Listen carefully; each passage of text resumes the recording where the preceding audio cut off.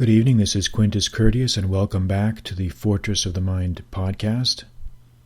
And in this podcast, we're going to be taking up a question that a reader sent to me by email, which concerns how to deal with the fear of death, something that is troubling him, and I'm sure troubles many people. And he wants to know, essentially, how the Stoics would have dealt with it, or what their responses would have been to his question. Let's first read his email. I assume it's a he. I suppose it could be a she as well, but the initials are AH, and AH says, Dear Quintus, I am troubled by a fear of death, and I don't know how to handle it. I had a serious brush with injury in an auto accident last month, and the thought of death has been on my mind ever since. I also lost my grandfather recently. Quintus, what would the Stoics have said about this, and is there a way I can incorporate it into my thinking? I'd like to know your thoughts. Well, AH's question is a very common one, a very valid one, because everybody thinks about death. And as you get older, I suppose the thought of it will be on your mind more and more as loved ones and friends and family begin to die, and you have more of a direct experience with the world and its mortalities that you find in it. So it's a legitimate question. So what I'm going to try to do is to answer his question in a way that I think the Stoics would have answered it, or to bring up the points that I think they would have raised to try to provide some relief to AH and the questions that he has. So let me go down through my list, and we'll take each point one by one, and hopefully this will provide more insight on how the Stoics thought of dealing with the fear of death. Well, I think the first point that we have to internalize, the first point that the Stoics used to make, and this is something that comes up in my translation of the book Stoic Paradoxes, which you can find on my website, qcurtius.com. And this is the point that a lot of our misunderstandings of death and the fear of death arise from the fact that we view death as an evil. We view death as an evil, and that's the first step to overcoming the fear of death, is to recalibrating our thinking about death into realizing that it is not an evil. That's the first point. Death is not an evil to the dead or to the living. Okay, and why is that? Well, the first reason, I think, is because the dead do not suffer. There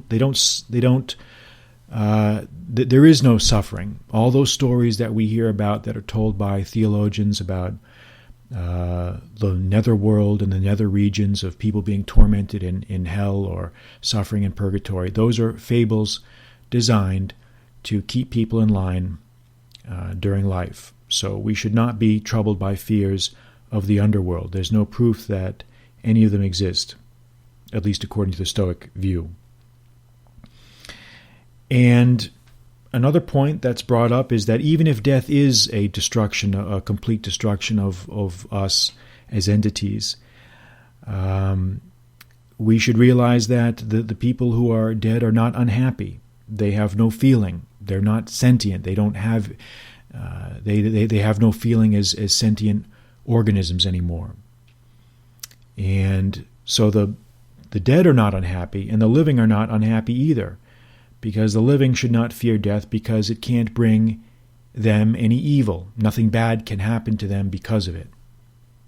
And I think a third point here that I'll throw out is that the idea that before you were born, you have no recollection of anything. You never felt anything before you were born.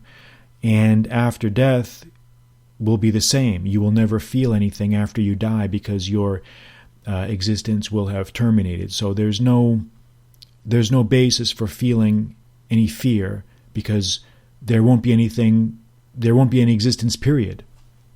So that's the first point. That's the first section of points that I think we need to be mindful of when we're talking about the fear of death or dying.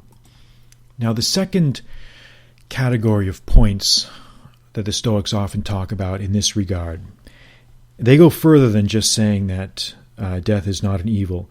They actually say that death is actually a positive blessing. It's a good thing. It's not a bad thing. And to prove that, what they really try to say is that let's assume if the soul is material, if the soul really does perish, then there's no feeling after death.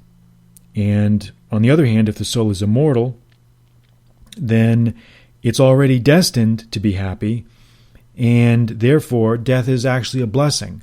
So either way, we're covered. If the soul perishes, there's no feeling and there's no reason to be upset. And if the soul is immortal, then it's going to be destined to be happy anyway, and therefore death is a blessing. So those two options basically provide a positive outcome for thinking about death. And I guess this brings us to a point where we probably should at least mention it, although it's not really the subject of this podcast, is the soul really immortal? Can we say that the soul is immortal? Well, this is a question that all the great philosophical schools all spend a great deal of time and effort on, and I could literally spend days or years talking about it.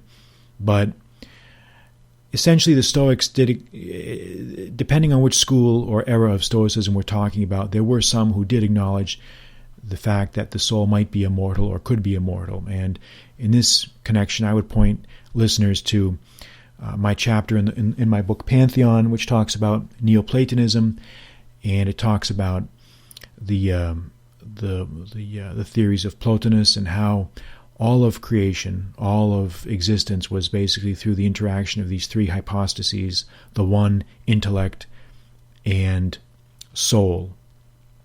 And essentially, by going through the details of all that, he was able to show that the soul is in fact immortal. Plato talks about this a lot. A lot of the philosophers dealt with it. It's a very complicated subject. I'm not going to get into it in great detail here, but if you're interested, you can check out that chapter in Pantheon, which talks about the Neoplatonic theories of the immortality of the soul. So that's something, a digression that I want to just point out here. Another work that I produced that also talks about the immortality of the soul is also The Dream of Scipio, which is in my book Stoic Paradoxes. And Cicero very clearly lays out his idea that the soul is in fact immortal and should be viewed in that way. But I suppose we can take a skeptical view also, and let's just imagine that the soul is not immortal. Let's say the soul perishes with the body. Let's just say that.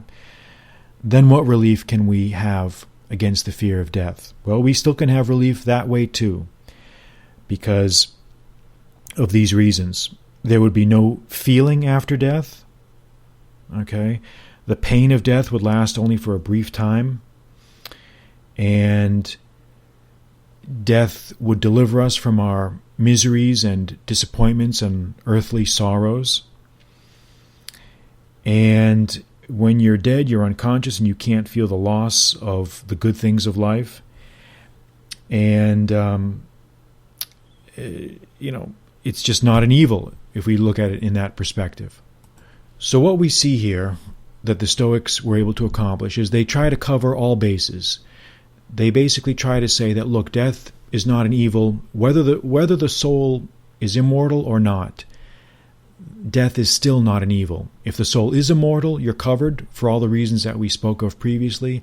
And if it is not immortal, then you're still covered because you won't be missing anything anyway. So those are at least the rational explanations for why a person should not fear death.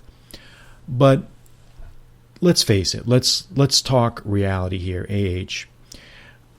A lot of times these rational explanations don't really provide much comfort. I know when someone is upset, when someone is distressed, when someone is worried, it's usually about something else. That's been my experience. When someone is worried about abstract things like fear of dying or fear of death, what that usually means is that they are afraid of something else. Something is going on in their own lives, that is causing them to be upset. Just like the wrestler who emailed me a few days back, and I did a podcast on it. He was talking about, I feel like I'm not losing.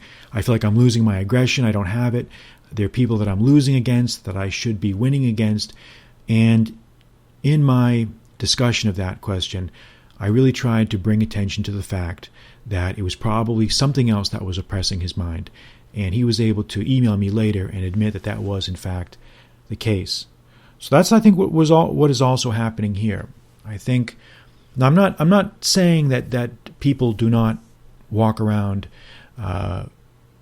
without fear of death. I mean, it is a common fear. It is something that is going to oppress your thoughts occasionally. Now and then, it's healthy. It's normal as you get older.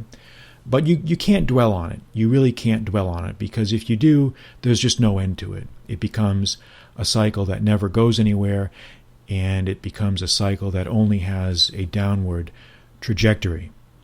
So that's why you've got to really try to get yourself out of that thinking pattern, because I just think that it's just not a healthy place to be. So hopefully the pointers that I've just laid out here in this podcast will help convince yourself rationally, because there are some people who are persuaded by rational argument. Not many, but there are some people who truly can say that, hey, now that you point those things out, now that you put it in that way, Quintus, I really get that. That really resonates with me. I really appreciate your saying that. And that's good. I hope that has been, of use somehow. But really what we should be focusing on, instead of trying to analyze and parse out logical reasons why we should not fear death, maybe a better focus of our energies is to try to live our lives based on or with the blessings of virtue. If we try to adopt a virtuous lifestyle, and if we try to cultivate our own inner selves, cultivate our virtues, all of the virtues that matter, then we will automatically shield ourselves and be able to defend ourselves and be able to have that embankment that will protect us from this fear of death. It automatically happens, because a life that's based on virtue gives one automatically the courage in the face of death. And this is shown in all of history. You can pick any example. I've put many examples in my books, in 37, in Pantheon, and also in Pathways, of historical figures, famous men, who were able to deal with things in the face of death and were able to continue and to push forward and to survive and to triumph. And that's really been the focus of a lot of what I've tried to talk about, is to impart that sense of peace and quiescence, so that we can continue to fight along in the struggle that is life. Because it is a struggle, and anyone who says otherwise is not being realistic or is delusional. So hopefully, these little pointers, these little subjects that we've talked about here tonight will be of use to you. I hope it will be. And if you have any further questions, don't hesitate to email. And this will conclude our podcast for tonight. I'm Quintus Curtius, and this was brought to you courtesy of Fortress of the Mind Publications. And if you enjoyed this podcast, I would ask that you go to iTunes and rate me there on iTunes so that others can find this podcast. I would appreciate it. And until next time, I'm Quintus Curtius. Good night.